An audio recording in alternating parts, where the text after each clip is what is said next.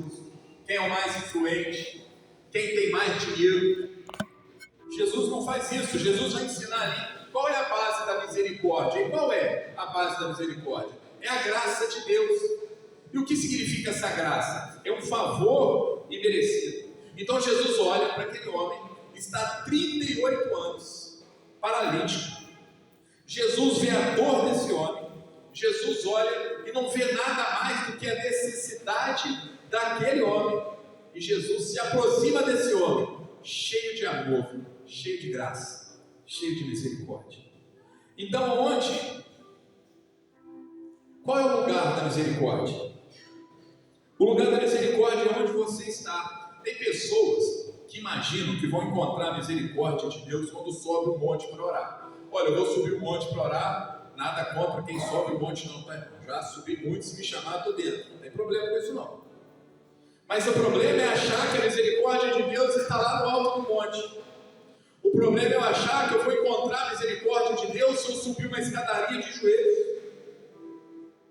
Eu me lembro quando eu era bem criança, os irmãos mais antigos vão lembrar aí, de tempos em tempos passava pela região aqui alguém carregando uma cruz. Vocês lembram disso? Aqueles andarilhos, com a cruz grandona nas costas, passavam pela cidade, aí paravam com a cruz ali em frente à igreja, ali no centro, e o pessoal rezava, e igreja cheia, e a cruz cheia de fotos.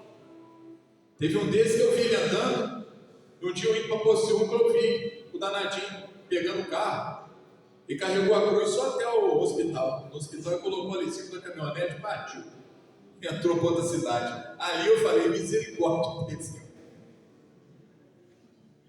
Ele fez isso pensando que fazendo isso ele vai estar recebendo a misericórdia de Deus.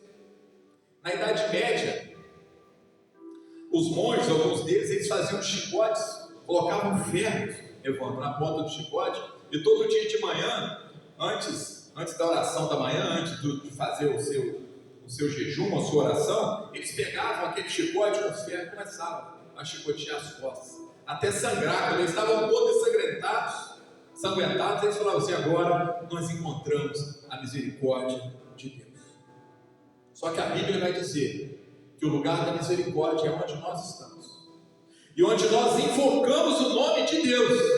Então, se você está dentro de casa, no seu quarto, se você invocar o nome de Deus, as misericórdias do Senhor vão ser derramadas sobre a sua vida naquele lugar.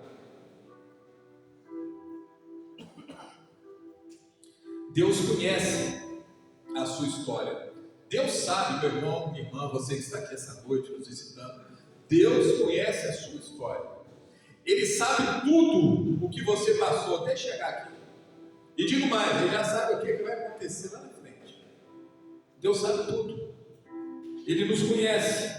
E Jesus conhecia a história daquele paralítico que estava ali há 38 anos.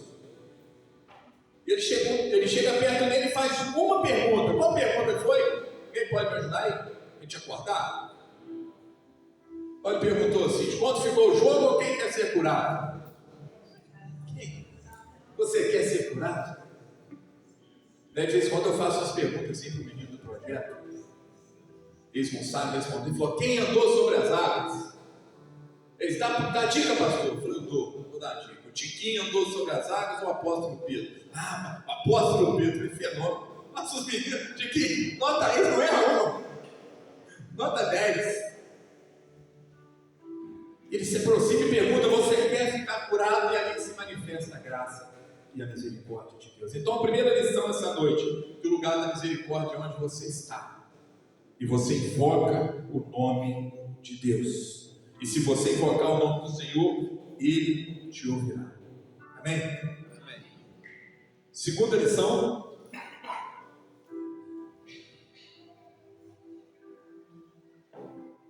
então, qual é o alvo da misericórdia de Deus? A Bíblia vai dizer que aquele que se encontrava no chão foi alvo da misericórdia de Jesus. Foi.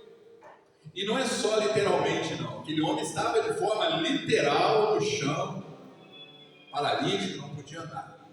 Mas também no sentido, nós podemos usar isso como uma figura daquele que se encontra mal, que ele se encontra angustiado, aquele que se encontra preocupado, aquele que se encontra abatido, aquele que está aqui essa noite, mas o coração está no problema que tem que resolver lá fora, aquele que não está conseguindo mais suportar as dores da vida.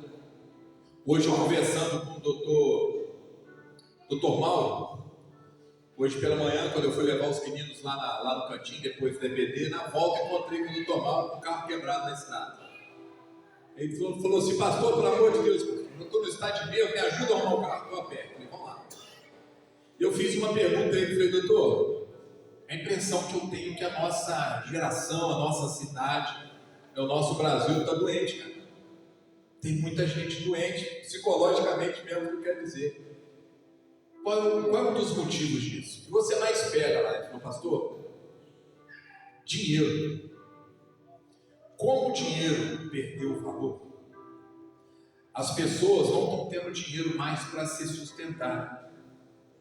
E as dívidas vêm, e as cobranças vêm, e as pressões vêm. E por elas não suportar, elas estão entrando em crise de ansiedade, elas estão entrando em crise de pânico. A maior parte das pessoas que procuram psiquiatra hoje em dia, com crises, é claro, gente que tem enfermidade, tem problemas de casa, tem várias coisas. Falando uma das coisas que ele disse: problema financeiro. Nós estamos vivendo uma geração doente, nós estamos vivendo num mundo doente. E nós precisamos entender, então, que nós precisamos e dependemos de Deus. E se nós fizermos isso, se nós nos colocarmos debaixo da potente mão do Senhor, Ele, ao seu tempo, irá nos exaltar.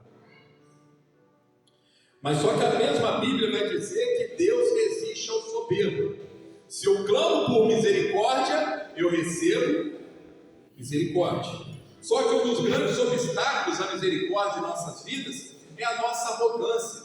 Eu sempre digo, tem dois tipos de pessoa que eu tenho dificuldade de trabalhar. E tenho mesmo. Primeiro, aquela pessoa que murmura muito, que critica tudo, aquela pessoa pessimista. Olha, irmãos, a gente lida com muitos. Cara, mas mexer com pessimista é difícil. E um grupo mais difícil com pessimista é o arrogante. Aquela pessoa: eu sei tudo. Só pode esse areia, vocês cantam nada não, estou tudo desafinado.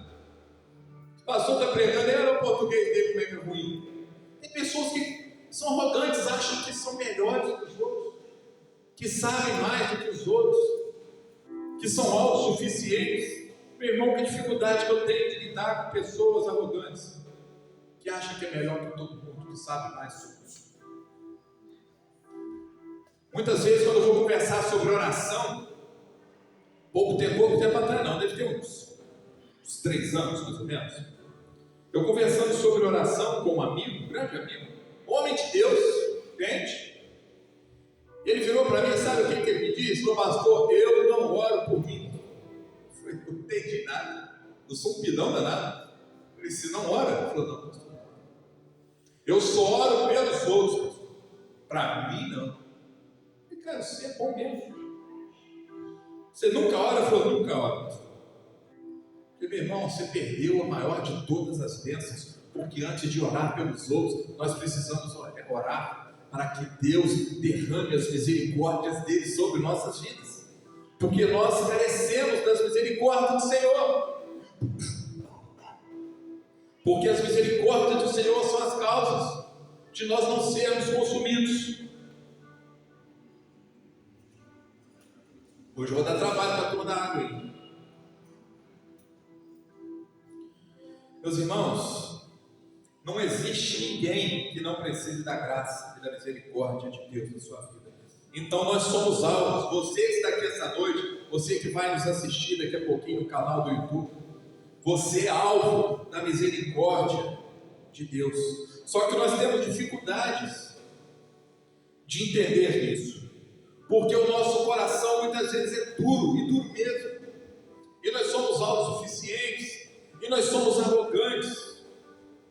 Aí lá em Apocalipse tem alguns textos lá que vão nos demonstrar várias maneiras que Deus tem usado para quebrar esse coração endurecido, e Deus bate nesse coração endurecido e esse coração endurecido não se arrepende. Abram suas Bíblias aí em Apocalipse capítulo 9, verso 20 e verso 21.